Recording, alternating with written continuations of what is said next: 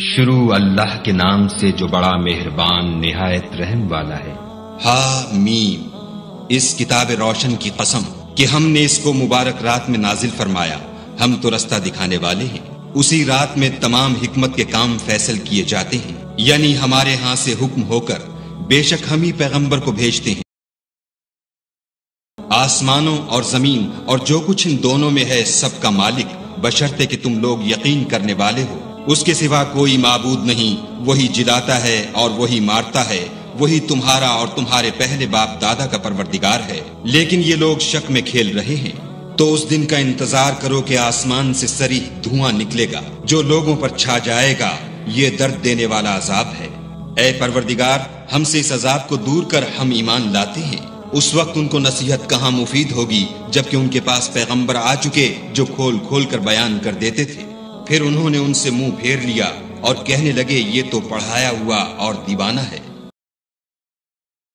جس دن ہم بڑی سخت پکڑ پکڑیں گے تو بے شک انتقام لے کر چھوڑیں گے۔ اور ان سے پہلے ہم نے قوم فرعون کی آزمائش کی اور ان کے پاس ایک عالی قدر پیغمبر آئے جنہوں نے یہ کہا کہ خدا کے بندوں یعنی بنی اسرائیل کو میرے حوالے کر دو، میں تمہارا امانت دار پیغمبر ہوں، اور خدا کے سامنے سرکشی نہ کرو، میں تمہارے پاس کھلی دلیل لے کر آیا ہوں، اور اس بات سے کہ تم مجھے سنگسار کرو اپنے اور تمہارے پروردگار کی پناہ مانگتا ہوں، اور اگر مجھ پر ایمان نہیں لاتے تو مجھ سے الگ ہو جاؤ۔ تب موسیٰ نے اپنے پروردگار سے دعا کی کہ یہ نافرمان لوگ ہیں۔ خدا نے فرمایا کہ میرے بندوں کو راتوں رات لے کر چلے جاؤ، اور فرعونی ضرور تمہارا تعاقب کریں گے، اور دریا سے کہ خشک ہو رہا ہوگا پار ہو جاؤ، تمہارے بعد ان کا تمام لشکر ڈبو دیا جائے گا۔ وہ لوگ بہت سے باغ اور چشمے چھوڑ گئے، اور کھیتیاں اور نفیس مکان اور آرام کی چیزیں جن میں عیش کیا کرتے تھے۔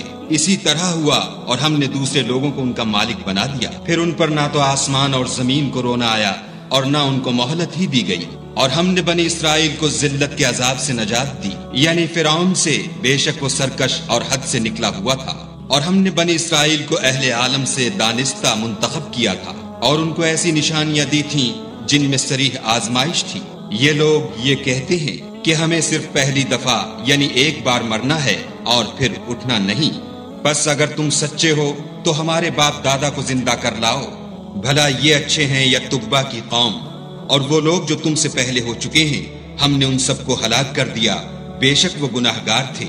اور ہم نے آسمانوں اور زمین کو اور جو کچھ ان میں ہے ان کو کھیلتے ہوئے نہیں بنایا، ان کو ہم نے تدبیر سے پیدا کیا ہے، لیکن اکثر لوگ نہیں جانتے۔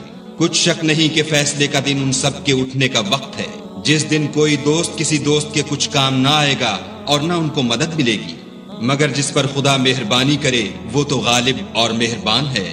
بلا شبہ تھوہر کا درخت گناہ گار کا کھانا ہے، جیسے پگھلا ہوا تانبا پیٹوں میں اس طرح کھولے گا جس طرح گرم پانی کھولتا ہے۔